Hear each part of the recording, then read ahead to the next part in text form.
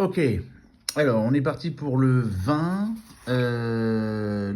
Donc bon, on va le faire. Alors là, alors c'est toujours la hyperbole, hein, toujours hyperbole, toujours première spé, toujours chapitre dérivation. Donc g de x, donc on définit une fonction g de x, ok, par la formule moins x carré plus 3x moins 1.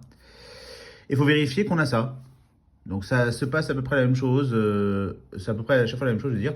Donc on a, alors on peut le faire en deux fois, on peut directement calculer comme on veut. Bon, on va faire séparément. G de 1 plus x, ben, je remplace, hein, ça fait 1 plus x, 1 plus h, pardon. G de 1 plus h, pour moi. Au carré, plus 3 fois 1 plus h, moins 1. Alors, pas oublier les parenthèses, hein, sinon ça change tout. Donc, on a 1 plus 2h, ça c'est une débarcade à nouveau. Ok. Plus 3h moins 1. Ouais. Et ça, bah, c'est égal à moins 1, moins 2h, moins h carré, plus 3, plus 3h, moins 1. Et qu'est-ce qu'on obtient là? Alors, donc, en carré, on n'a que lui, moins h carré. Après, on a un moins 2h plus 3h, donc moi je dirais plus h. D'accord? Et puis on a moins 1 plus 3 moins 1, ça fait plus 1. Et g de 1, bon, ça c'est pas trop dur, ça fait moins 1 au carré plus 3 fois 1 moins 1, qui fait moins 1 au carré plus 3 moins 1. D'accord? Qui fait moins 1 plus 3 moins 1, qui fait 1. Bon, bah donc du coup, on peut soustraire les deux. Donc g de 1 plus h moins g de 1, le tout divisé par h, bah ça nous donne ceci moins ceci, d'accord? Moins h carré plus h plus 1 moins 1 sur h. Ça fait moins h carré plus h, alors les 1 et moins 1 ils s'en vont, sur h. Donc ça fait h facteur de moins 1 plus... de moins h, autant pour moi. De moins h. Voilà, de moins h. Ok, de moins h plus 1. Quand je développe, ça fait bien h fois moins h, ça fait moins h carré. Et h fois 1, ça fait bien h. L'avantage, c'est que les h s'en vont et il reste moins h plus 1. Voilà, c'est ce qu'ils ont. Donc là, c'est bien ce qu'ils ont. Ils ont bien moins h plus 1. Et pour la question B, bah, en déduire que g est dérivable en 1 et donner, g' de 1, bah, g est dérivable en 1, bah, parce que quand h tend vers 0, ceci, bah, ça tend vers 1. Quand je remplace h par 0, là j'ai 1 ici. Donc g' de 1, c'est à la limite, lorsque h tend vers 0, elle est finie. Elle vaut 1, donc c'est bien dérivable, et g' de 1 vaut 1. D'accord? Bon, et alors maintenant on va regarder le 21. Alors le 21, là, ça ressemble beaucoup. Alors quand on a une fraction, c'est parfois un peu plus pénible parce qu'il y a une mise au même dénominateur qu'il faut faire, etc. C'est un peu plus long. C'est vrai, c'est exact, mais en vrai pas plus compliqué, hein. On va faire la même chose. Je vais avoir besoin d'un peu plus de place, donc je vais prendre... mais c'est pas plus compliqué, on va faire la même chose, hein. F de, on nous demande quoi? On nous demande 1 plus h. Donc, pareil, f de 1 plus h, bah, ça fait 4 sur 1 plus h. D'accord? Et f de 1, bah, ça fait 4 sur 1, c'est-à-dire 4. Bon, bah maintenant, on va calculer. Donc, ça fait 4. Donc, f de 1 plus h moins f de 1 sur h, bah, c'est égal à 4 sur 1 plus h moins 4, le tout sur h. Et en quelque sorte, c'est le numérateur qu'on va mettre au même dénominateur. C'est-à-dire que je vais utiliser ceci et dire que là, je vais l'écrire sur 1. Et comme ça, le 1 plus h, je vais multiplier par 1. Donc là, je ne vais rien changer. On peut multiplier par 1 en haut et en bas, c'est ne rien changer. Et là, je vais multiplier en haut et en bas par 1 plus h. Donc ça va me donner quoi? Bah, ça va me donner 4 sur 1 plus h. Moins 4 fois 1 plus h sur 1 plus h, le tout sur h. Alors, ça nous fait quoi? Ça nous fait 4 moins 4 fois 1 plus h, le tout sur 1 plus h sur h. Ok. Une fois que je suis arrivé là, ça, je peux le mettre un peu plus propre quand même, hein. On a un moins devant une parenthèse, donc je change les signes. Ça nous fait 4 moins 4 plus. Donc là, on avait moins par plus, donc moins. Donc moins 4h. Divisé par 1 plus h, et le tout divisé par h. Ok, ça et ça, on peut l'enlever. Et divisé par un nombre, c'est multiplié par son inverse. Donc j'ai moins 4h sur 1 plus h, le tout divisé par h. Ça fait moins 4h sur 1 plus h multiplié par l'inverse. Donc divisé par un nombre, c'est multiplié par l'inverse. Donc multiplié par l'inverse de h, c'est 1 sur h. Et la bonne nouvelle, c'est que je peux faire ça. Et il arrive quoi? Il arrive qu'on a un moins 4 sur 1 plus h. Ben voilà, c'est ce qu'ils ont. D'accord? Alors j'ai eu le droit de le faire parce que j'ai un fois. Hein. Là, on a un plus ici, on n'a pas le droit. Hein. Là, c'est vraiment interdit. En déduire que f dérivable en 1, bon bah là, pareil, hein, quand h tend vers 0, on a une limite finie. Hein, et f, on a une limite, quoi. Et f de, donc là, on a f' de 1. Bah, quand je remplace h par 0, j'obtiens 4 sur 1 plus 0, et avec le moins devant. 1 plus 0 fait 1, 4 sur 1 fait 4, et j'ai le moins devant. Ça fait moins 4. Ouais. Donc là, on peut carrément aller au 21. Ben, les premiers vont beaucoup se ressembler. Hein. Alors, le 21, pareil, taux de variation, t carré plus 7. Alors, non, c'était le 22, pardon. C'était le 21 qu'on vient de faire. Le 22, alors g de t, donc on a le taux de variation entre 4 et 4 plus h. Donc là, il ne donne pas la réponse, c'est la même chose, mais sauf qu'il faut calculer. Donc g de, alors taux de variation entre les deux, c'est g de 4 plus h. C'est la même formule que tout à l'heure. G de 4 sur h. D'accord, qui fait, là je vais le faire directement, hein, 4 plus h au carré plus 7 moins 4 au carré plus 7. Ce qui nous fait, alors on va développer ça comme unité remarquable, ça fait 16 moins 8h plus h carré plus 7 moins 16 moins 7.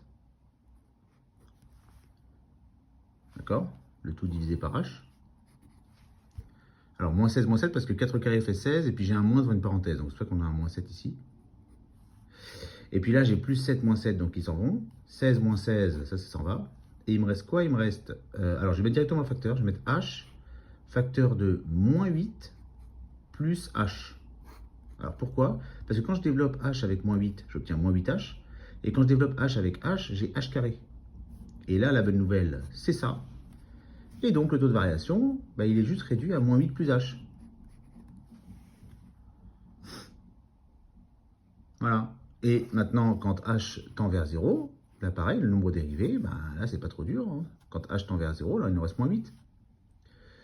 Donc, g' de 4, parce qu'on est en 4, g' de 4, il vaut moins 8. Et puis, pour le 23... alors pour le 23, là on a une fraction. C'est toujours un peu plus pénible les fractions parce qu'on a un taux de variation.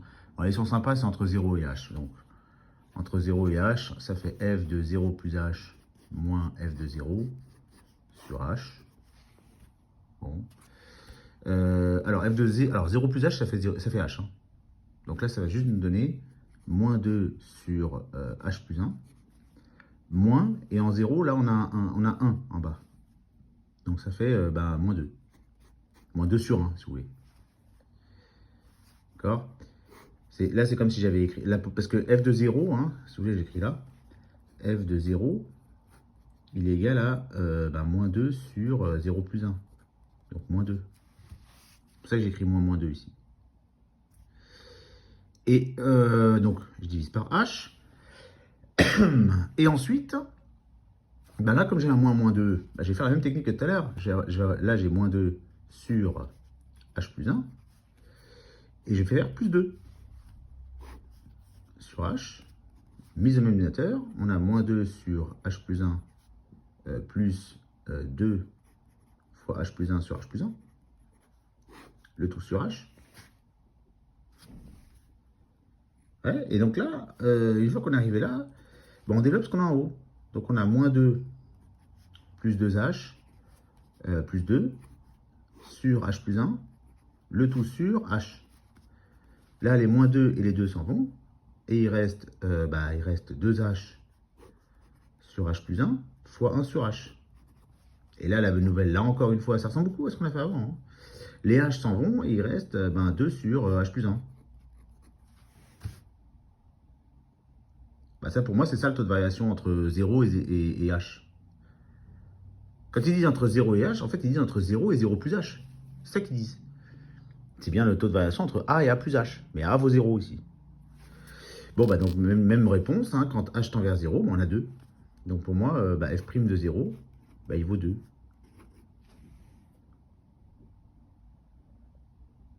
D'accord? F' de 0, il vaut 2.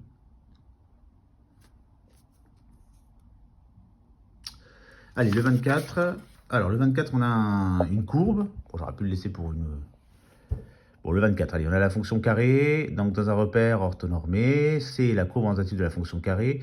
A et M sont des points de C d'abscisse moins 1. Ouais, donc d'abscisse moins 1. OK. Et moins 1 plus H. Donc, moins 1 plus H, là, c'est M. OK.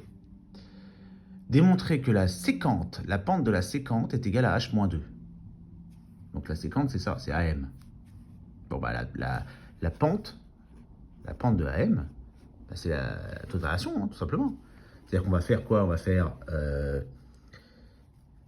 tout le monde. Alors, soit on applique la formule du coefficient directeur de la pente, on peut, hein, on peut le faire. C'est quoi? C'est YM moins YA sur XM moins XA. Mais ça revient à faire f de A plus H moins f de A sur H, hein, ici. Alors pourquoi? Bon, on va regarder. Alors, ça fait quoi ça? On peut déjà regarder les coordonnées du point. Alors le point A, il a pour coordonnées moins 1, et l'image de moins 1, c'est 1. Parce que c'est la fonction carrée. Non, on le voit de toute façon, moins 1. Et puis, pour M, ça a pour coordonnées moins 1 plus H. Mais du coup, l'image, c'est moins 1 plus H au carré.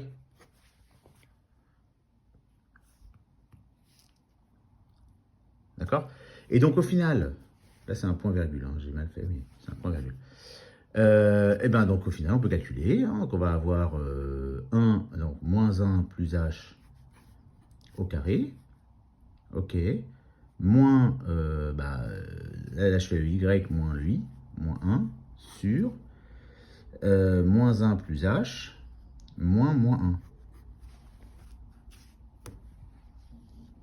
Bon, et là, comme prévu, il nous reste H. D'accord? Et là, il nous reste... Alors, le mieux, c'est de mettre H moins 1. Comme ça, on voit bien l'intermarquable. On n'est pas obligé de faire ça, mais bon, on va le faire. Sur, du coup, il reste que H, ici. Il reste que H parce qu'on a moins 1 plus 1. Hein. Moins, c'est plus. Donc, plus 1, moins 1 plus 1, ça fait bien rien. Donc, on a bien H.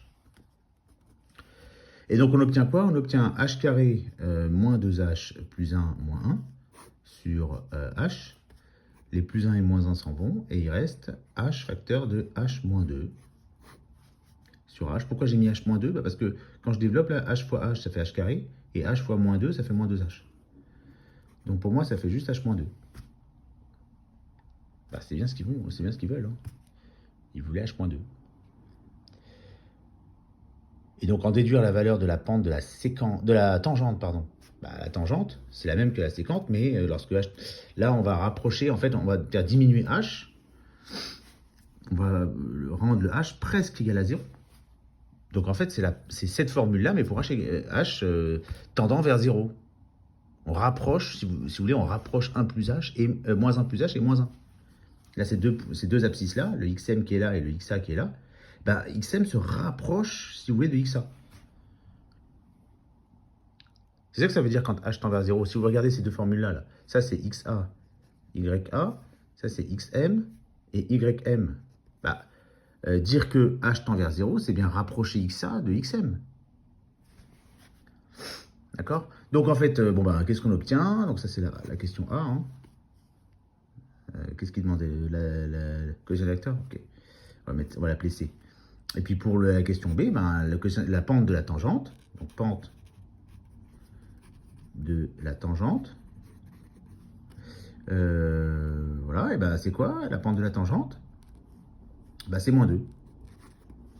C'est quand h tend vers 0. C'est lorsque h tend vers 0. Et après, quel est le nombre dérivé de la fonction carré en moins 1? Ben, le nombre dérivé, c'est exactement la pente de la tangente. C'est le coefficient directeur de la tangente. C'est ça le nombre dérivé. Donc bah, ici, on peut écrire que il l'appelle f la fonction. Il n'a même pas appelé. Bon, on va dire, on va l'appeler f cette fonction. Hein, bah, donc f, bah, prime, f prime de moins 1, bah, il vaut moins 2. Voilà.